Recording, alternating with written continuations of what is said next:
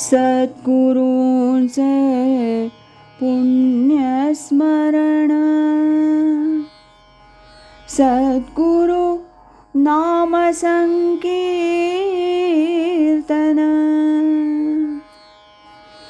सद्गुरु गुणानुवाद गान, श्रवण मनन सद्गुरूंचे,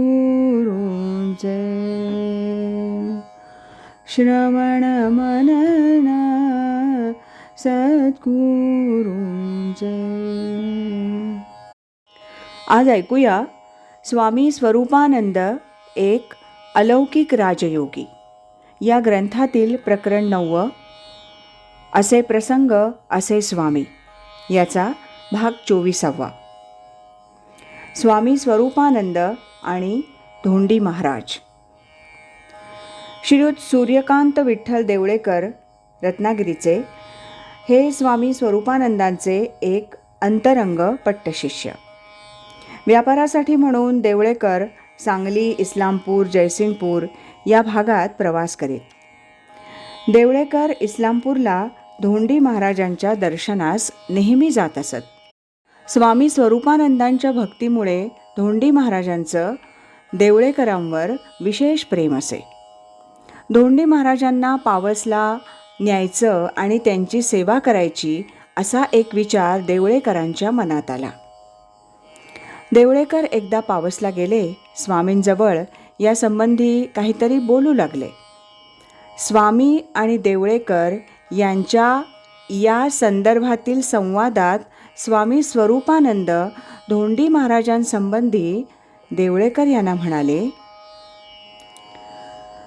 त्यांची कसली काळजी आपण घेणार, तेच सर्वांची घेतील. असे पुरुष मुक्त असतात, पूर्ण असतात. आता ते जातात आणि पुन्हा येतात आणि मग असंख्य भक्तांना उद्धरून नेतात. पूर्वी धोंडी महाराज कोल्हापूरजवळ नाक्यावर असत, म्हणजे पेठ नाक्यावर. इस्लामपूरला धोंडी महाराजांच्या दर्शनास मी वरचेवर जात असे. माझे मित्र आणि धोंडी महाराजांचे पट्टशिष्य यशवंतराव ठोंबरे यांनी महाराजांसंबंधी परिश्रमानं मिळवलेली आणि मला सांगितलेली माहिती आता मी देत आहे. 1948 पर्यंत तरी धोंडी महाराज पुणे कोल्हापूर रस्त्यावर पेठ नाक्याजवळ वास्तव्य करून असत. पुढे पुढे इस्लामपुरातील आष्टा नाक्याजवळ वास्तव्य करू लागले. इस्लामपुरातील आष्टा नाक्याजवळ शंभू अप्पा नावाच्या एका महान योग्याची समाधी आहे. त्या संबंधी महाराज काही बोलत. धोंडी महाराजांच्या अवधूत लीलांची प्रचिती इस्लामपुरातील काही अबालवृद्धांना आणि आजूबाजूच्या काही खेडूतांना पुरेपूर होती. धोंडी महाराजांच्या पूर्व जीवनाबद्दल थोडी माहिती इस्लामपुरातील आणि आजूबाजूच्या खेड्यातील वयोवृद्धांकडून मिळाली ती अशी. महाराजांच्या नावावर अगदी अल्पशी शेती होती. आता महाराजांचा विवाह झालेला होता. पत्नी मिरजेची होती. त्यांना एक मुलगी आहे. ती वयोवृद्ध असावी. या ठिकाणी श्रोत्यांनी एक गोष्ट लक्षात घ्यावी, ती अशी की ही सगळी माहिती ऐकीव आहे, त्यामुळे ती किती खरी आहे याबद्दल मी काहीही सांगू शकत नाही. पूर्वी महाराज शेतीबरोबरच थोडं गवंडी कामसुद्धा करीत असत. ते फार शौकीन होते. त्यांना संतांचे अभंग, भजन, कीर्तन, विशेषतः मृदुंग वादनाचा नाद होता. मृदुंग वादन कलेत ते पट्टीचे निष्णात होते. संसारात त्यांचं लक्ष विशेष नसे, म्हणून पत्नी अधूनमधून माहेरीच जाई. एकदा एक मजेदार प्रसंग घडला. इंदूर ग्वाल्हेरकडील कोणी प्रख्यात कीर्तनकार इस्लामपुरात आले. गावात त्यांची कीर्तनं चालू होती. धोंडी महाराज एका कीर्तनाला गेले होते. त्या कीर्तनात ते कीर्तनकार सहज म्हणाले, आज आमच्या गावचा मृदुंगपटू असता तर जास्त मजा आली असती. हे ऐकून कीर्तन ऐकत बसलेले धोंडी महाराज उठले. कीर्तनकाराला म्हणाले, आम्ही पाहू का वाजवता येतं का? असं म्हणून महाराजांनी मृदुंग गळ्यात घातला, तुफान वाजवला, नाना बोल काढून दाखवले. कीर्तनकार त्यांच्यावर बेहद खुश झाला. असं सांगतात की महाराज ह्या कीर्तनकाराबरोबरच नंतर गेले. पुढे त्या कीर्तनकारांचं त्यांच्याशी जमलं नाही म्हणून काही दिवसांनी परत आले. पत्नीचा शोध घेत मिरजेस गेले. तिथं त्यांनी पत्नीला घरी येण्यास सांगितलं. तिनं नाकारलं म्हणून तिथून ते गेले. ते काही वर्षांनी पुन्हा अवधूत म्हणूनच अवतरले. इस्लामपुरी धोंडी महाराजांच्या दर्शनास महाराष्ट्रातील परमार्थातील मोठमोठी अधिकारी मंडळी जात असत. परमपूज्य मेहरबाबा भालचंद्र महाराज कणकवलीचे, परमपूज्य गोविंद काका उपळेकर फलटणचे, परमपूज्य गुळवणी महाराज पुण्याचे इत्यादी अधिकारी मंडळी महाराजांच्या दर्शनास म्हणून गेलेली मला ज्ञात आहेत. धोंडी महाराजांचा फलटणचे योगेश्वर श्रीयुत हरिबुवा साधू यांच्याशी काहीतरी आध्यात्मिक संबंध असावा. फलटणचे परमपूज्य उपळेकर महाराज आपल्याकडे दर्शनास येणाऱ्या काही भक्तांना इस्लामपूरला धोंडी महाराजांच्या दर्शनास पाठवत असत.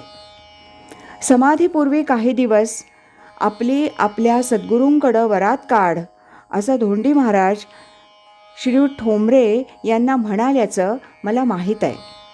तेव्हा श्रीयुत ठोंबरे यांनी विचारलं, कुठं? गुरुकडं काढू? महाराज म्हणाले, जंगली महाराजांकडे घेऊन चल. यावरून नंतर ठोंबरे यांनी बँड ताशे वगैरे लावून महाराजांच्या फोटोची एक मिरवणूक पेठजवळील जंगली महाराजांच्या मठात काढली होती. सांगली जिल्ह्यातील शिराळ्याजवळ गोरक्षनाथांचं एक ठिकाण आहे.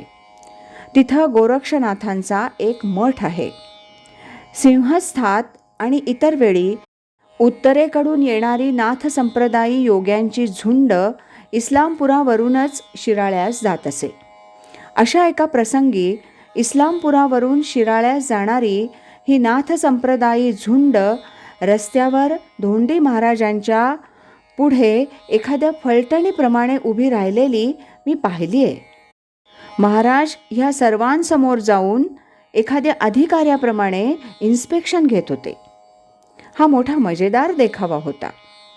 स्वामी स्वरूपानंदांचे एक भक्त श्रीयुत ल.रा. फडके म्हणजे स्वामी अमलानंद सपत्नीक असे धोंडी महाराजांच्या दर्शनास इस्लामपूरला गेले होते. श्रीयुत फडके यांचा धोंडी महाराजांचा पारमार्थिक संवाद झाला.